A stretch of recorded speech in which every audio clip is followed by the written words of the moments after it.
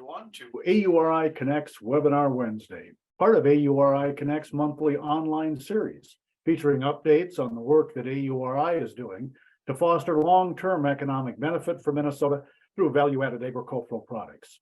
I'm Dan Scogan, the AURI Director of Government and Industry Relations, and your host on Webinar Wednesday. The AURI Connects program is hosted by the Agricultural Utilization Research Institute in Minnesota, with sponsorship from Bremer Bank, and also by the Main Street Businesses Focused on Food and Agriculture, the MBFFA initiative.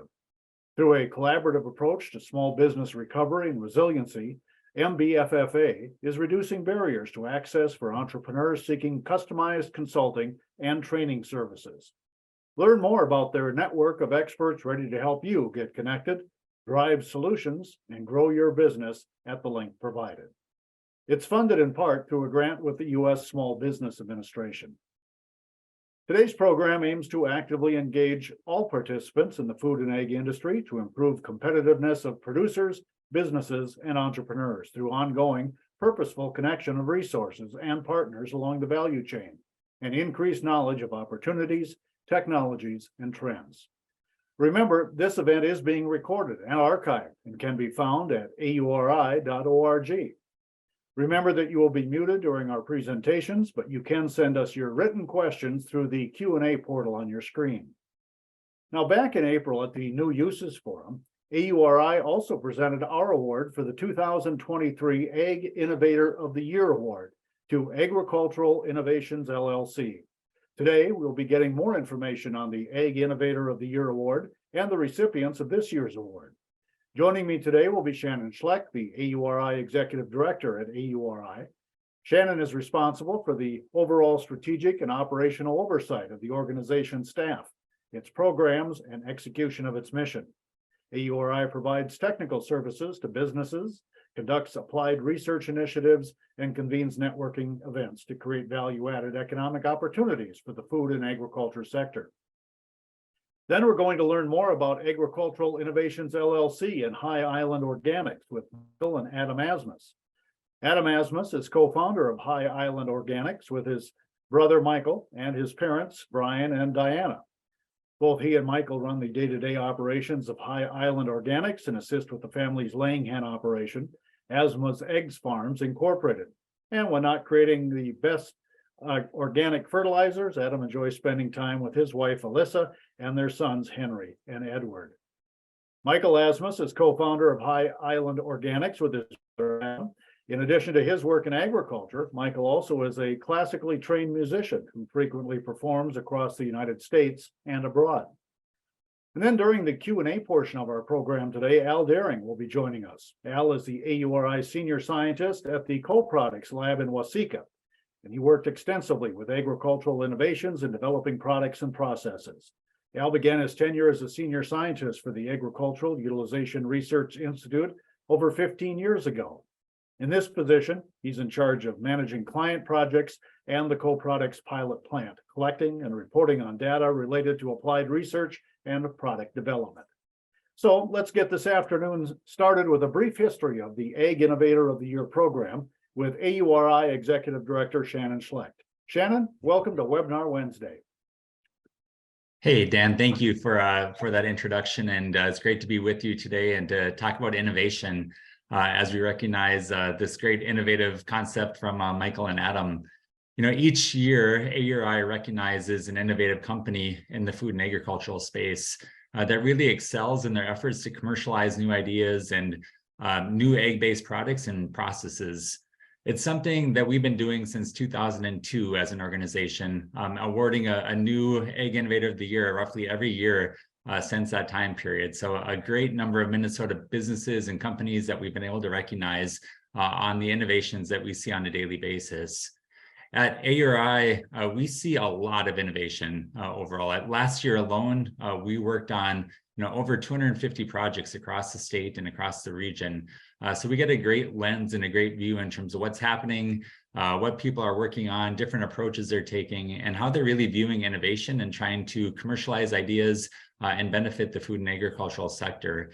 Those range for anywhere from working with food entrepreneurs on new ideas to our co-products team that we'll hear about today in terms of circular approaches and byproduct streams, and then into bio-based products and renewable energy. So a wide range, right, of innovative uses and innovative approaches that we get to see across those different areas of work that AURI is active in on a daily basis.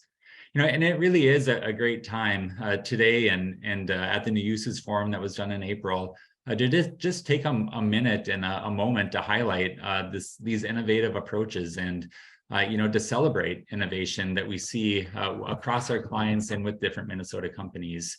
There's a lot of different ways that agriculture is being viewed in terms of a solution space, renewable energy approaches, right, ways to lower carbon intensity, and right, consumer preferences around more sustainable products. And agriculture has such an important role to play as we look at new uses and new opportunities.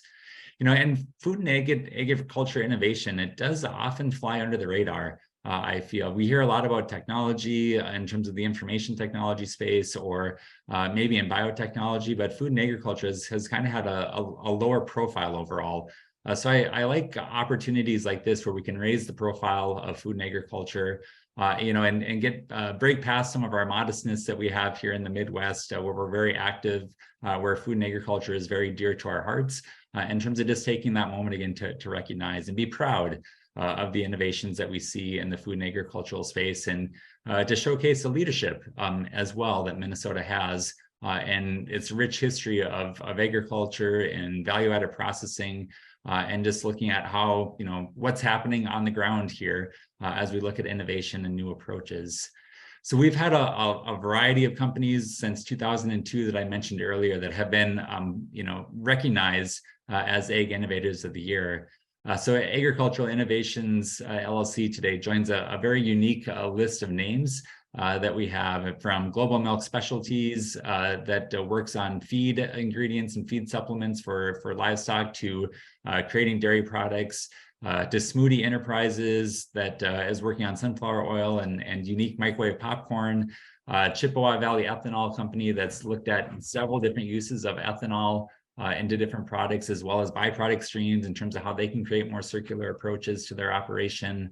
Centava is another company we recognized a few years ago with their purple corn as a natural colorant and as a food ingredient. Northern Excellence, which was looking at biomass in terms of renewable energy opportunities on their operation. Minnesota Soybean Processors, which was one of the early biodiesel producers and glycerin refiners here in the state. To Pet Care Systems, which Alan was very active in terms of looking at wheat into a natural cat litter that could be used and marketed.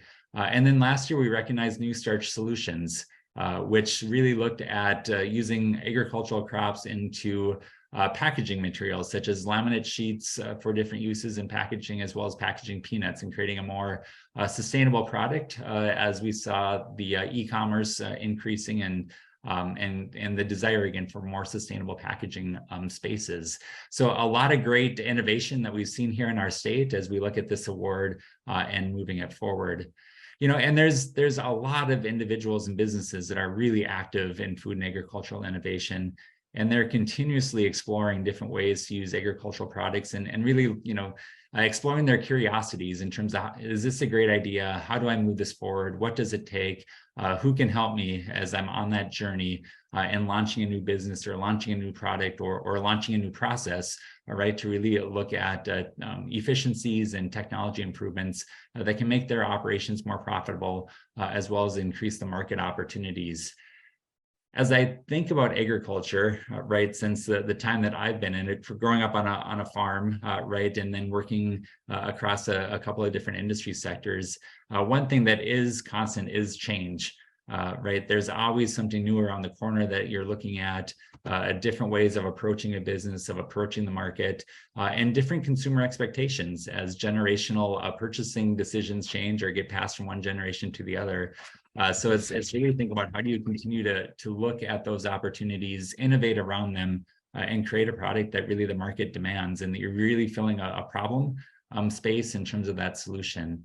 And I'll just say that business isn't easy, right? As we look at markets and scaling those opportunities and making sure that you're meeting the consumer where they're at or where they're going overall. And if business isn't easy, then innovation isn't easy either, right? Because it is risky to try something new and to put something forward. But it's also exciting. And I think it's also necessary as we look at our agricultural businesses and looking at those market opportunities. I often think, right, if you're not innovating, you're often falling behind. And I think we've got a great showcase here today from Agricultural Innovations of, they are constantly innovating and looking forward and staying relevant in terms of what the market is expecting and what they can do to improve their operations and really take innovative approaches. So I'm very pleased to recognize Agricultural Innovations and High Island Organics today as our Ag Innovator of the Year, and look forward to hearing more from Michael and Adam in terms of their journey that they had around innovation, some of the challenges they face and where they see the future as they look at their operation. They look at the future innovation needs that they're looking to explore as well. So I'll just close by saying, on behalf of the AURI Board of Directors, on behalf of AURI staff, congratulations to you on your success. And I really look forward to this webinar to hear more about your journey and to sharing with others, right, that are active in the food and agricultural space and looking at those opportunities. Dan, I'll turn it back over to you. Thanks, Shannon. Great overview of the Ag Innovation Award program that AURI established a few years ago. And I'm going to go right to the special guests today, Michael and Adam Asmus with High Island Organics. Gentlemen, I'll turn it over to you, and then when you're done, we'll have Al join you for a little Q&A. Yeah, thanks. Yeah, we'll want to just start off by saying we're very honored to have been awarded or been given the award. It was unexpected, and we really appreciate the honor that was bestowed upon us by AURI. It's been a pleasure working with AURI ever since the beginning. And it's been great, and look forward to keep working with AURI here in the future. I guess kind of a little brief overview of our company. Our company is Agricultural Innovations LLC. We operate kind of under the brand of High Island Organics. Kind of to give a real basic start of our farm as a whole. We've been on the same site since 1910, and throughout this time period, we've always had to continually innovate over time. We started out being a very traditional, typical farm. Started with a variety of different animals like purebred Holsteins, chickens, swine, sheep, duck. We ran the gamut. Your traditional kind of old time farm. The family really started to transition into poultry into the starting in the 1960s. I believe 1963 was kind of the origin part, but we really began to focus in on it starting in the 1980s. When our grandfather and his brother started with the eggs in the 1960s, most everyone had backyard flocks, and so the idea of having a kind of a commercial sized chicken farm was kind of an oddity at the time. But that really has been the genesis of everything, where we look at things that are a bit outside the box and try to find ways that we can really bring those to market and really try to be innovative in how we look at things. Really, like I said, really started focusing on the eggs in the 1980s. I think that's when the cows went away and most of the hogs went away as well. And our parents started to take over in 1988, which was the year that I was born. And so through that point in time, we had 2 barns on the farm here, and so that split. One of my uncles took one barn, and then my our father took over the other barn. And then so that was fine. And then they began to expand in 1997, I believe, was when the first expansion that we had became. So we started growing in size. I think they doubled in size. But the real change for us happened in 2013, 2014. That was the big change, the large expansion. We ended up tripling our size during that period of time. And one of the challenges that we quickly realized was that we couldn't continue to handle the farm in general the way that we had prior. The size and the scale was much too great. So we went from having what we had for eggs and waste being what it was, we were able to handle that, to all of a sudden now we had 3 times as much. So we really had to look at how we were going to handle everything from the eggs and especially the waste side, because all of a sudden we had a lot of waste that we had to deal with, and we weren't quite sure how we were going to handle that. So during that point in time, we knew that we had to do something different. One of the things that was a big challenge that we knew was coming up were the environmental situations that were happening across the globe, and particularly here in the United States. Because we've had to handle, we've been having to do Minnesota Pollution Control commercial animal waste technician training. We knew about some of the issues, especially in the Chesapeake Bay area and the hypoxic zone in the Gulf of Mexico. And so rather seeing kind of the writing on the wall that regulations would be coming down the pike and wanting to kind of be part of the solution, we decided to be proactive rather than reactive. And knowing that we were going to have to handle the animal waste differently, we put in a drying system into one of our barns that we had put up. And through that point in time, we realized through the drying process that we could take a product that was difficult to handle and make it a lot less. By removing the moisture, we were able to take a lot of the issues that we had with handling raw manure and potential issues with water infiltration and dealing with that in terms of agricultural runoff. And we really kind of controlled that a lot easier. The problem was that we took a lot of that moisture out, but we still had a really bulky product. And freight has always been the big issue in agriculture. It has been from the beginning. And so if we couldn't find a way to densify the product to make it easier to load and handle, well, then we would have essentially a product that had of really no use. And so that was when we really started to dive into what can we do to densify the product. And that's really where AURI comes in. We had some discussions with some other people regarding potentially pelleting the fertilizer. And through that, one of the sales representatives said, hey, you really need to get a hold of AURI, because they do all this sorts of things where it comes to handling the products and being able to tell you if this is going to be functional or not. And so through that point in time, in 2018 is when we, or 2017, 2018 was when we started to contact AURI in terms of figuring out a way that we could take our dry manure product and what we could do to turn it into a functional fertilizer product that we could then sell on the market. And so through that process, through finding out some other companies and kind of getting a proprietary drying system that takes our product from being a raw product into a fertilizer that's been heat treated to handle or to remove any sort of negative pathogens and remove weed seeds, we were able to go ahead and make a product that is quite unique for our space. So what we were able to do is build that facility in 2018. AURI really helped out with finding the functionality of it all and making sure that it's actually going to function like we were hoping it would. And then we were able to install a large pellet plant, do the investment in the infrastructure and with all the capital investments that we needed to be able to get to this point where we're at now, where we're producing the fertilizer on the market. We currently have 4 products that you can see right here. We have our traditional all-purpose 432 fertilizer. And just this year, and we also have a biochar that is also part of the process that's relatively unique for how we handle things. For our heat treatment of the manure, we're able to actually use biomass as a heating source to heat treat. And then one of the byproducts that we have due to the pyrolysis that we are using through the proprietary system that we utilize is making biochar, which is a high carbon product that's a soil amendment, which also they're looking at potentially uses for that in terms of carbon sequestration. And then also the 2 new products that we're launching this year is our 444 garden vegetable blend and our 721 lawn care blend. So we're trying to expand our product line. This is going to be our 3rd year now doing retail sales. So we're expanding our product portfolio that we're working with thanks to AURI. So fantastic. Yeah, Alan, do you want to share any comments as well about the work and the process?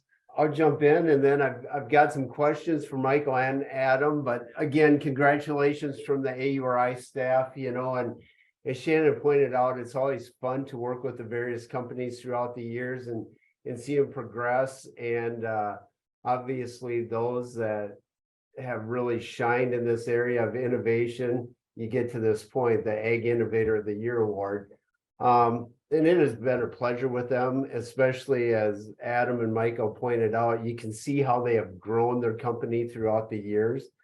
But Michael and Adam, I have a couple questions for you that I think the audience would be interested in.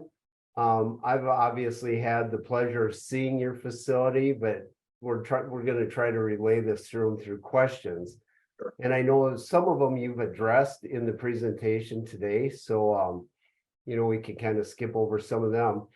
But the first question is, can you share some background about your egg laying facility and what gave you the initial idea to expand the market potential for your fertilizer?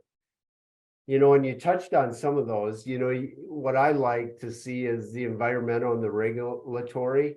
You had pointed out being proactive instead of reactive, which I think is kind of shows how you operate your business right there. But what were some other ideas that really pushed you to move, hey, we can add value to our fertilizer and let's go this other direction? You can take that. Well, I mean, really, it was a lot of it was what's the saying? Necessity is the mother of all invention. And so we knew that how things were working. When we first started, one of the first drying system that we had, they had mentioned, hey, you can pelletize this and turn it into a different product. Now, they didn't say anything about retail sizes or retail bags or anything like that. So we knew that that was a potential possibility. But as we started getting into it, we started realizing kind of the product in between the raw manure that we typically apply to farmers' fields and the dried product versus the pellets, that in between phase where it's dry but not pelletized, it's not really a useful product because you still have all of that bulk in regards to the manure without any of the weight. So you would take a truckload, a full semi-load, and it would weigh maybe 10 tons. Well, no one wants to handle 10 tons worth of product because you're still going to have to apply a relatively high amount of product, compared to a pellet, because with the pellet, you're taking it and you're really densifying it, you're really concentrating all the nutrients into a smaller package. And so we knew that we needed to do something else. And we also knew that the moisture of the material coming off of our first dryer that we had installed inside the barn that uses nothing more than natural barn heat and air wasn't getting us dry enough to where it was going to be a really nice, a stable product. That's the big thing that we need too. We need something that's going to be shelf stable. Even for the bulk stuff that we have sitting in our covered shed, it needs to be dry.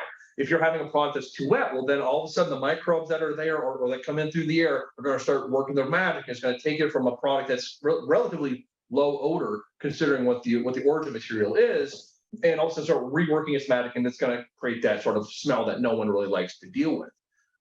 So that was kind of the thing that we needed. We knew that we needed to do something, and so that we had to just find a way to take the product that was going to be somewhat useless and somewhat worthless, and find something that was going to make it valuable to people in agriculture. And then once we realized that it would work with farmers, then we said, well, if this works for farmers, there's no reason why it shouldn't work for your home gardener or a homeowner as well. And I think that is such a key comment that you made. Oftentimes what we see here at AURI when you deal with co-products is, number one, oftentimes you're dealing with moisture, high moisture. So how do you deal with that? Is it effective and efficient to dry it to add value? And obviously you did, but then you ran into the other problem. What do we do about bulk density, transportation costs? So basically you took a product that was probably 6 or 8 pounds per cubic foot, and now your pelleted product's what, 36 to 42? Yeah, somewhere in there. So those are dramatic changes.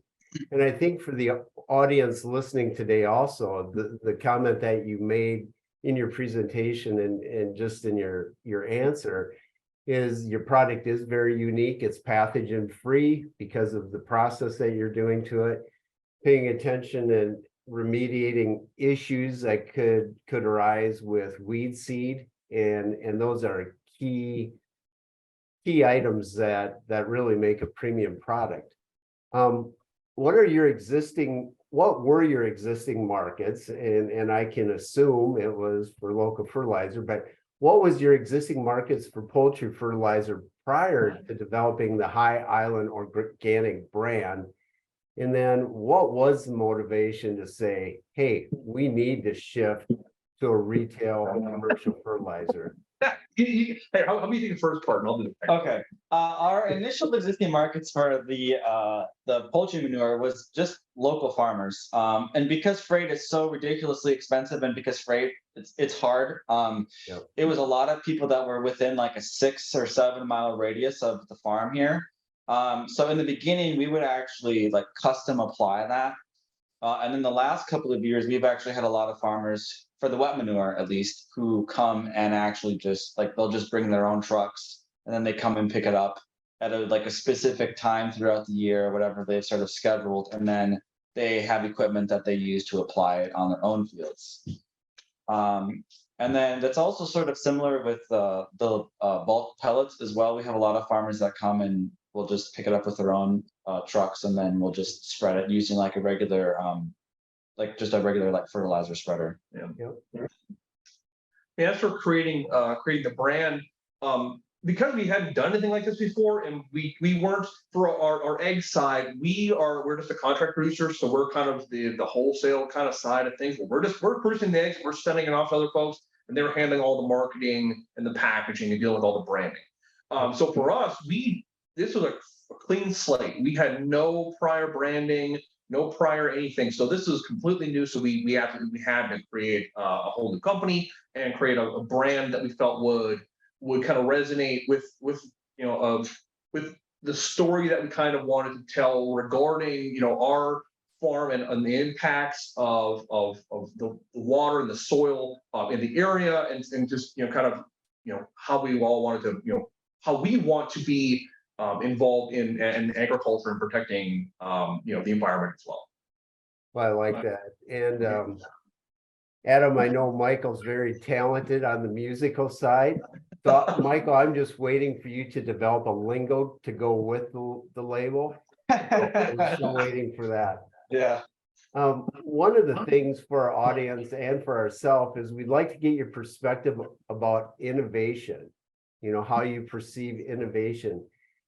So the question is, do you view yourselves as innovative, and how would you encourage others to be innovative? So do you look at yourself as being innovative, and how would you encourage others? I personally don't think of myself as innovative. I guess we really don't think that way.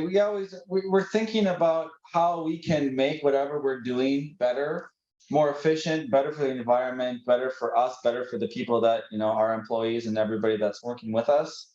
And that's really has been for the last, I don't know, probably 30, 40 plus years, the whole thinking behind everything that we do here. It's how can we make things better? It's not we're really not thinking about getting an award or something. It's how we're trying to approach it and how we're trying to make our lives better and make the lives of people that are working with us better by extension. I think it's one of those where we don't necessarily see ourselves as innovative because we're living with it every Right. day. We see it every day, and so for us, it's more progressive. So, or it's more like it's a progress over time. Small steps. So we don't see the large jumps that happen where folks from the outside can see, oh, you went from this to this. Well, that's pretty innovative. It's like, well, I guess, but because we see it every day, so it doesn't feel that way to us. And whether you know it or not, I think you just gave us a definition of what innovation means. But like you said, you're living in it. Right. Now, I had touched on this just briefly because I've had the opportunity to see your facility, the egg laying facility, and the waste processing. But please share with us some of the capital investments you've made in drying, pelleting, processing, and bagging, so the audience can get a visual of what's going on at your facility. Sure. We created an entire basically like manufacturing building So we have our containerized pellet mill in this building. We have some storage bins in this building. And then we also have like a hand bagging machine that we use to fill all of the bags actually that, well, except for the 1 pound retail bag, because that one we have to fill by hand because it just doesn't work. But all of those bags that we have, the 4 pound, 20 pound, 30 pound, 50 pound, and the super sacks too.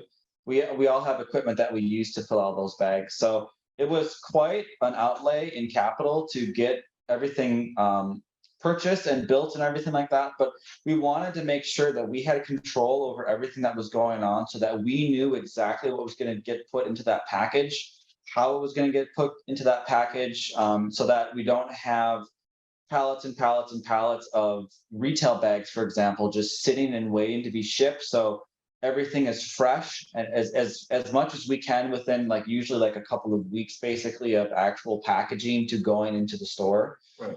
And we also wanted to make sure that we were vertically integrated so that we could all of the process was under our control so that, when we need to expand, we have the ability because we've oversized everything that we have with the intention of, again, I suppose, of being innovative, of being able to make sure that we can, control and just have such good quality control over the product that we're sending out to our customers. Thanks, Michael. And Adam, did you have anything to add to that?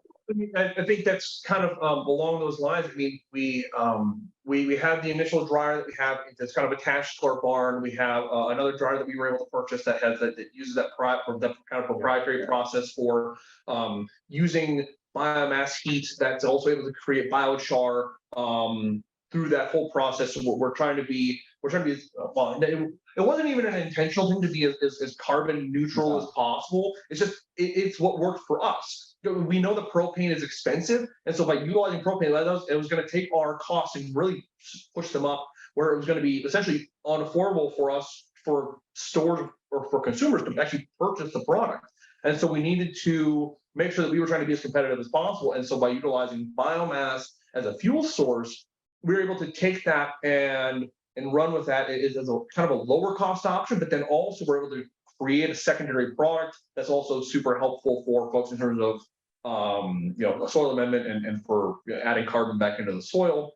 And then, like Michael had laid out the rest of the equipment, we actually built 2 separate facilities. So we actually built our main barn, our main building that we have here, then another one that kind of goes in between 2 we're already using for manure storage previously. So yeah, it was a pretty significant capital outlay, but because everything was kind of self-funded, or we took on debt, and so we didn't necessarily have investors necessarily. Investors are mom and dad, so they weren't necessarily breathing down our neck saying, "Hey, why aren't you doing X, Y, Z? Why aren't you making a profit year 1 or doing whatever?" We have had the time and the ability to take it as quickly as we could without being unreasonable, and being able to really create the systems and the processes that make things sustainable for us in the long run. Yeah, and it really gave us the ability to be very intentional about what we're doing and really think through things and not feel like we have to be rushed because we have to meet a specific goal that somebody else has set for us.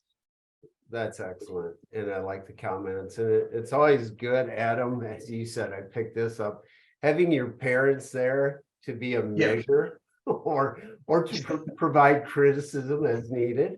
Yeah. But the other thing we didn't touch on a whole lot, and I think this is what also makes you very unique to the listeners, is what you are doing with your drying. And you touched on that, using a biomass system, you're lowering your carbon footprint. You're not using natural gas, propane, very unique. So here's one for you. Then the next one is, of all the things we've discussed, what has been, and maybe there's multiple answers here, but what has been the biggest challenge as you grew and developed your business? What was the hardest step? Yes. Everything. I think the biggest thing, like at least for the retail side, I can talk about that. Yeah, and you can talk about the bulk. The most difficult thing about the retail sector is just getting the retailers, like the brick and mortar retailers, to like take us on as a new product. The first couple of years we only had the all-purpose fertilizer. We didn't have the other, well, we had the biochar also, but we didn't have the other two blended products. So it was very challenging to get into these stores because we only had one product that they could put on their shelf.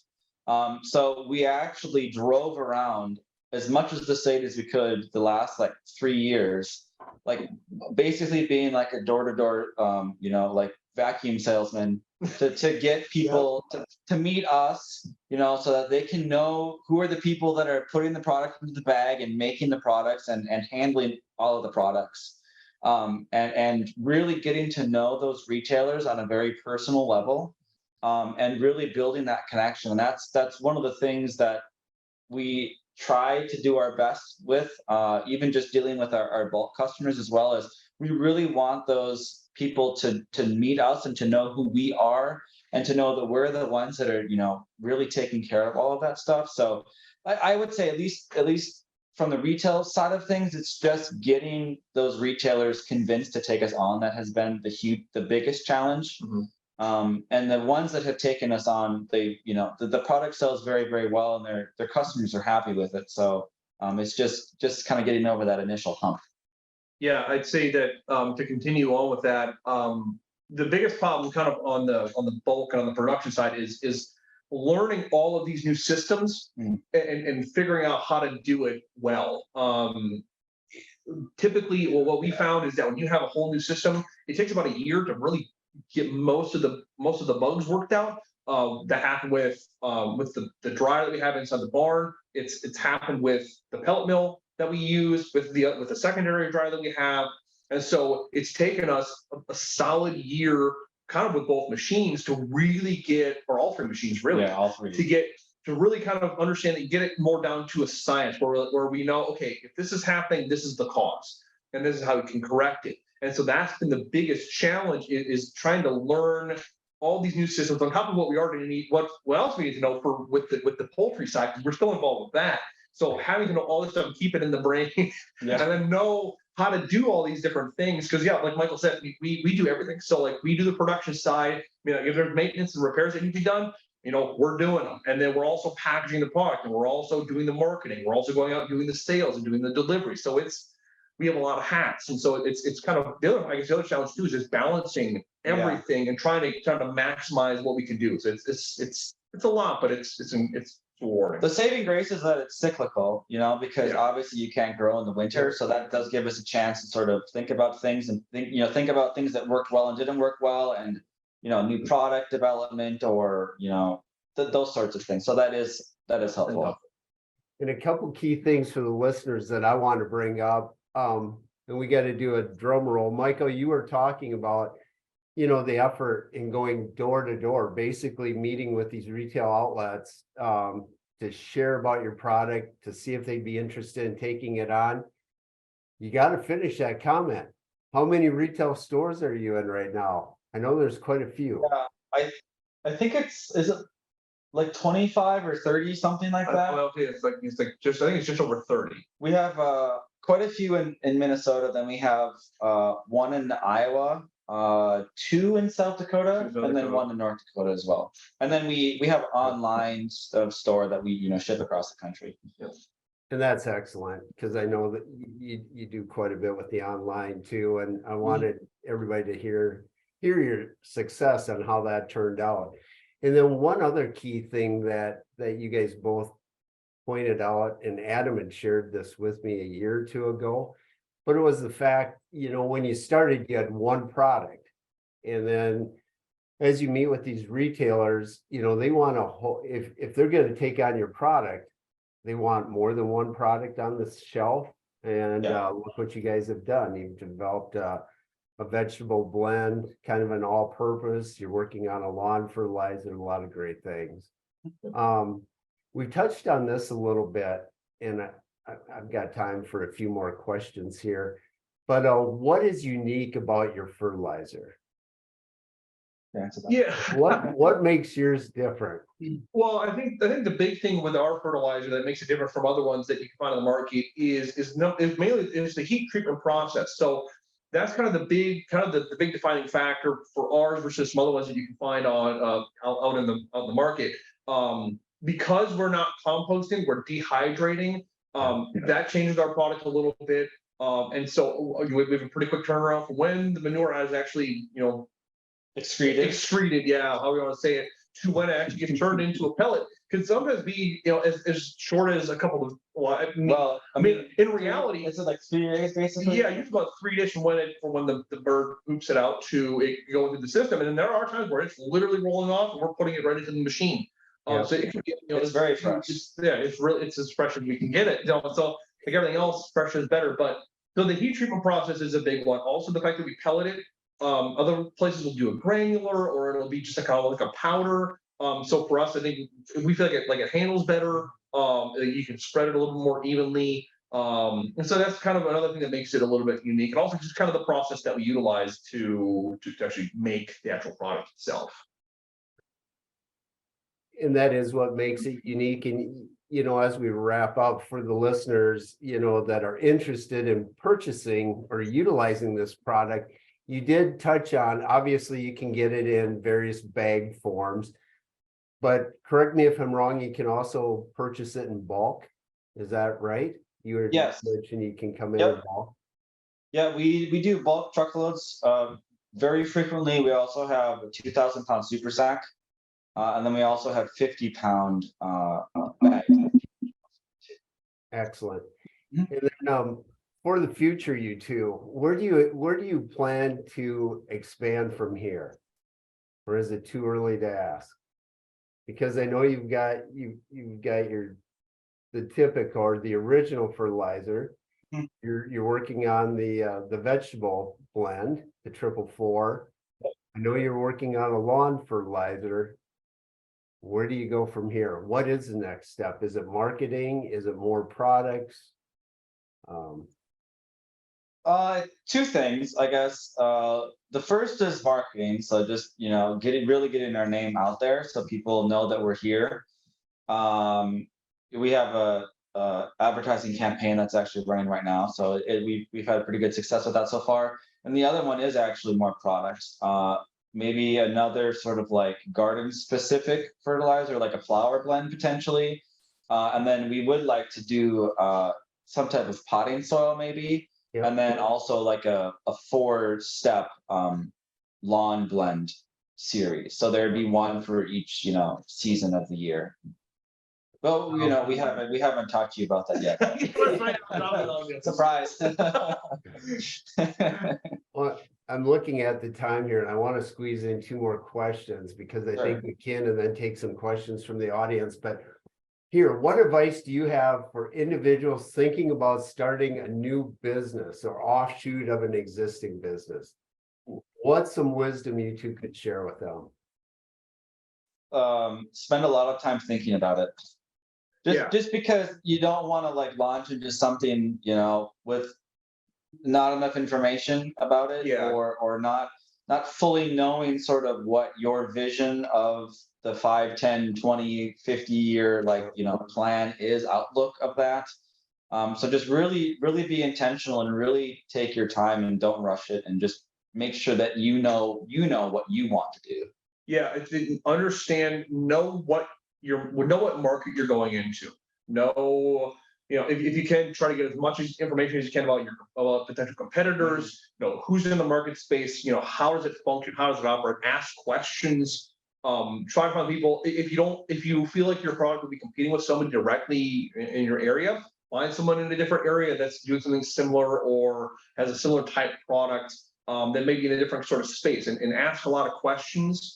And try to be as open-minded regarding information and that as you can. And yeah, like Michael said, take your time, make sure that you fully kind of have a really good idea of what's actually going to be involved in the process. Because it's really easy to get real starry-eyed, say, "Oh, this is going to be great," and then all of a sudden you really get into the muck and the mire of it. You're like, "Oh gosh, this was a terrible decision," and then sometimes you don't know how to get yourself out. Yeah.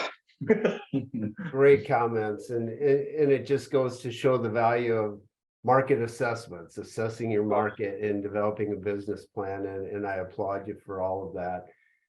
Well, we're coming up at 1:45. I think we'll wrap it up again. Michael and Adam, thank you for sharing your insights, your product. And I think we will take some time for questions quick. Sounds good, Alan. I'm going to start with you. When they first came to you, what was the biggest hurdle you had to overcome? Fear. No, Dan, I'm joking a little bit. Whenever you hear at AURI in the co-products lab, we work with a variety of products. And when I say fear, it was fear of the smell. and we're very used to that. We've worked with litter in the past, but you know, like, and that's what I'm going to use to answer your question. One of the biggest hurdles that I thought we were going to have to overcome is people bring in a litter product or byproduct. They say that it's stable, they'll say that it's dry, and we've run into all kinds of situations where it was not. Right from the get-go, the product that they had brought in for us to work with, we did some additional grinding to produce a pellet, identify what pellet size, what size of pellet die was required to get the bulk density, the size, and so forth that we needed. But typically it is the product itself. Is it stable? Is it going to require additional drying?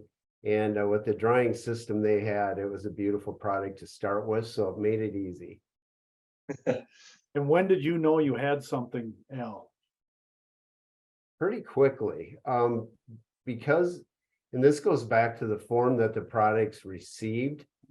You know, the process that they're using for drying and handling, boy, it was within a month or less. We had a beautiful pellet, and it's weird to say a beautiful pellet, but at AURI, you do begin to appreciate high quality pellets versus poor ones, and we can make poor ones too. But that's when we knew we had something. And then, as Michael and Adam pointed out early in the conversation, just the dramatic change in bulk density, which really expands the market opportunity. We very seldom call out people who are listening and sending us questions, but I do want to welcome our new executive officer from Marl, Brad Schlesser is watching today. Brad, congratulations on your new gig. And Brad also has a comment and a bit of a question. He says, congratulations on establishing High Island Organics. He says, as innovators living in it every day, what are some of your plans, Michael and Adam, for continuing to lead in agricultural innovation in your family or on the farm, in your fertilizer business, and in the community, state and beyond? And what's that music jingle that you're working on?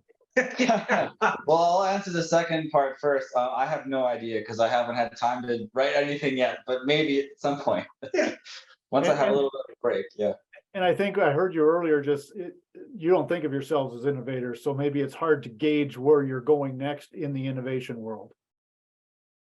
Yeah, I mean, a little bit. I think the next stage for us would just be kind of doing a kind of a 10,000 foot view of the facility of a farm and kind of look and see what else we can do. What other sort of waste products are we dealing with, or what other sort of products are we creating that we can potentially utilize for whatever it may be. I mean, I know at least on the egg side of things, like we always have a lot of, we always have some egg waste. So is there something that we could do with that? There's a product that we're dealing with when we make pellets that we have kind of a waste product from the pellets. The product is perfectly good, but we're trying to figure out what can we do with this byproduct from the pelleting process, and how can we utilize that for some other sort of product, either blending it back in or finding other use for it.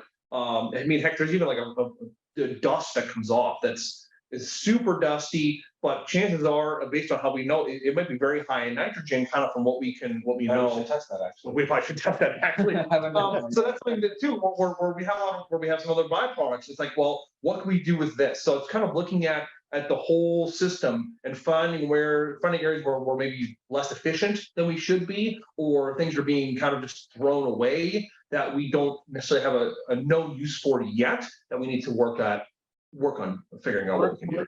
over 30 retail stores and then bulk sales as well. Do you see the day when you're not selling to your neighbors? Well, I mean, Potentially, but I mean, yeah, the problem always is that, I mean, we're only gonna have kind of some raw material. The capital investment to dry is relatively high. And so I think we'll always have some local sales mainly for the raw. I mean, we do have some folks that do have that do buy the pellets that are local. I mean, we love working with those guys. If we could sell everything within a 20-mile radius, we would. But you know, there's demand from everywhere. So that's kind of where we're at. And, yeah. Question online here, as you and you maybe touched on it when you were talking to Al earlier, but as you try to come up with some new products, you have something in the pipeline, and how long does it take for a product to go from your idea to the shelf? sure. Well, let me answer. Well, I'll answer the second part first. Again, it depends on what the product is. If it's like a pot and cell mix, like we're thinking about doing, we've really been kind of mulling that one over for about a year already, year and a half. And we've done some sort of like sample runs and some testing with that one. But that one is probably going to take another maybe 2 years, just because there's a lot of moving parts with that, and we need to source some materials. Whereas like a fertilizer product, that we could probably start, you know, that would maybe be like 18 months at the absolute like maximum time frame. Just because there's packaging that we need to figure out, and artwork and stuff that we need to create, and then the actual blending and like making of the products. Al's really quick at that. Al is really quick at that. And we do have some formulas and stuff already like set up that we started a couple of years ago as well. So we really it's basically just like a plug and play at this point.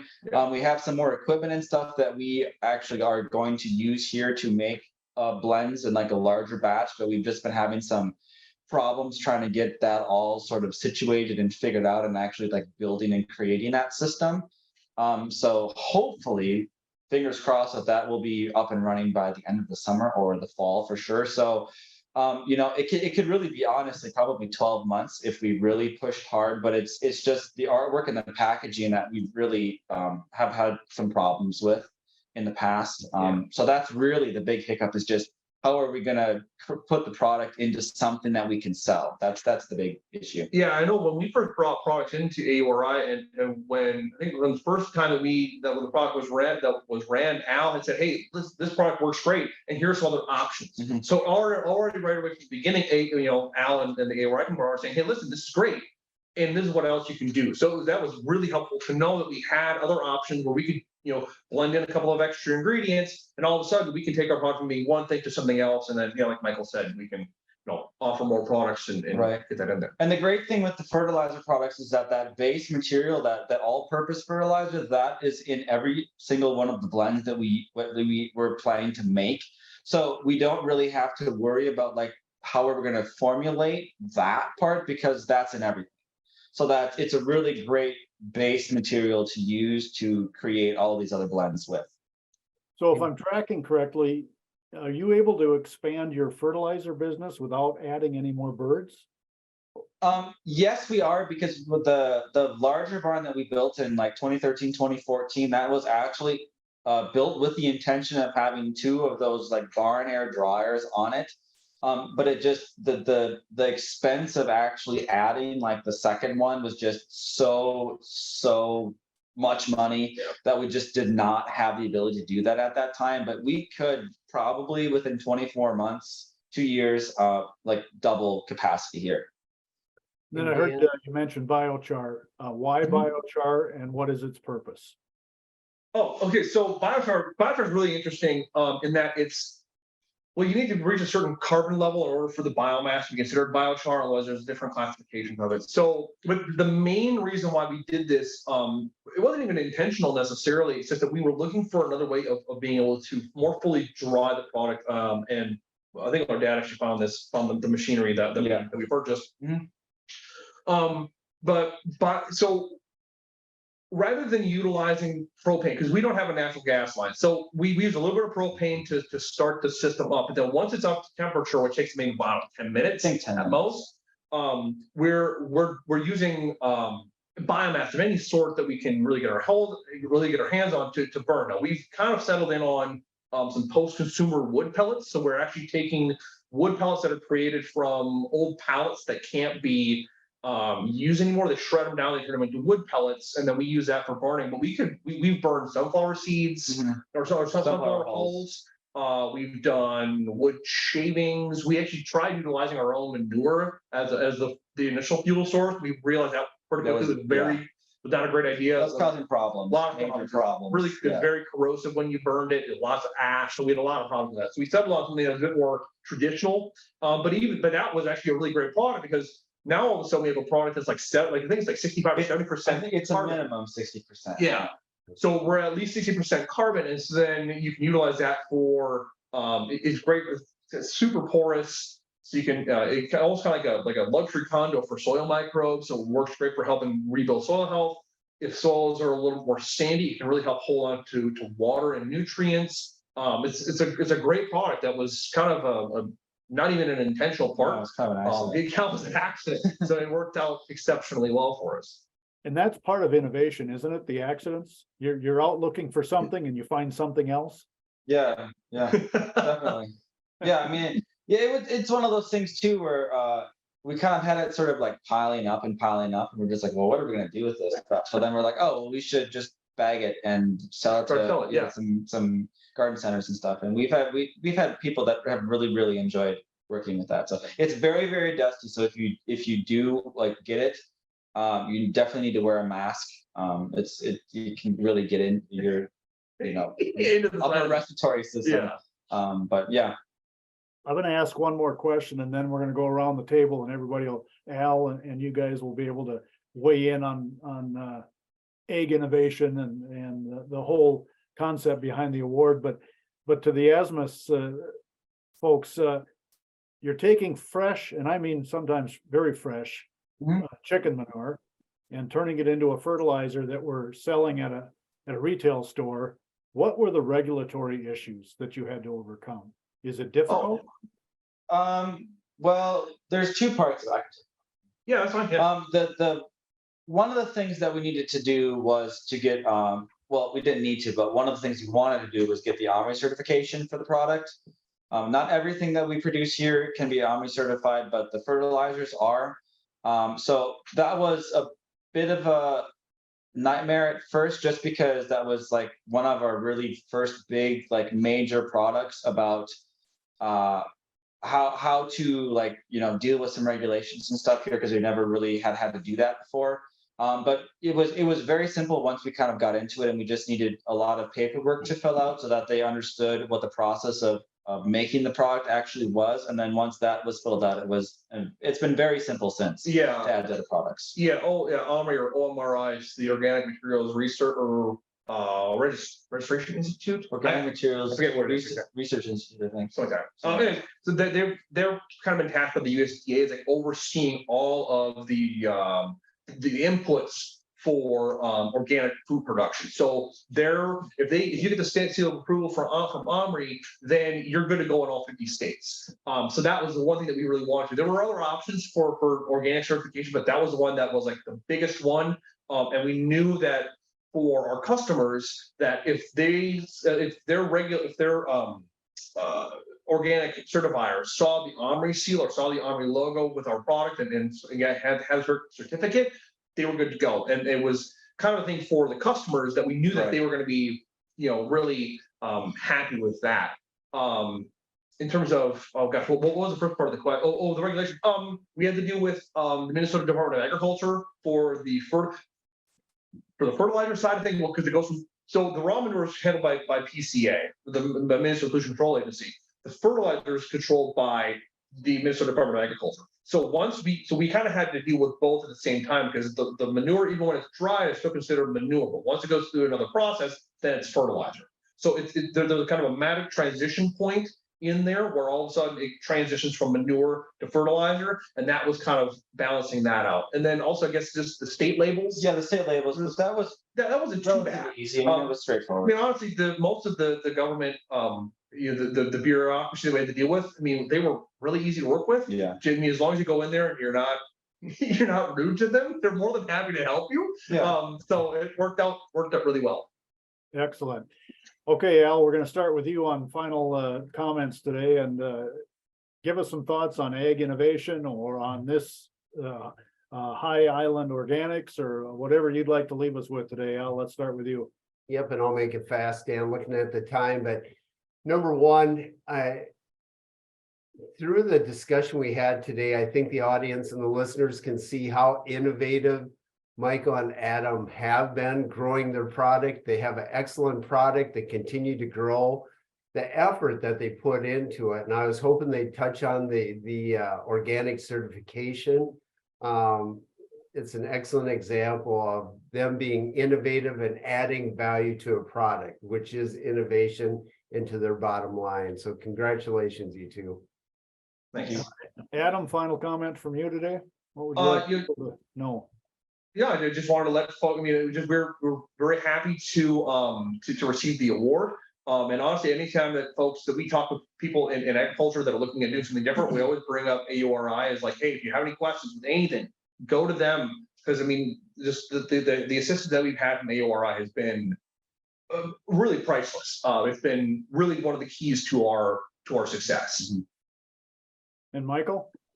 Yeah, just kind of echoing that, we really would not be here, and we would not have been as successful as we have been so far without AURI's help. They've really been amazing to work with, and have answered all of the questions that we have had, especially at the beginning, and just really helped us think through things and help us create some different products as well. And we really appreciate the award as well. So. Yeah. Well, we were honored to give it to you, and congratulations, and we look forward to working with you in the future as well. Thank you. Thank you. That concludes AURI Connect's Webinar Wednesday for today. I want to thank Adam and Michael Asmus and Shannon Schlecht and Al Deering for joining me today. AURI Connect's Webinar Wednesday is presented by the Agricultural Utilization Research Institute of Minnesota. AURI's mission is to foster long-term economic benefit for Minnesota through value-added agricultural products and processes. We're interested in your feedback, so please respond when we send you our event evaluations. Also remember that for more information on today's program or any of the work that AURI is involved with, you can go to auri.org.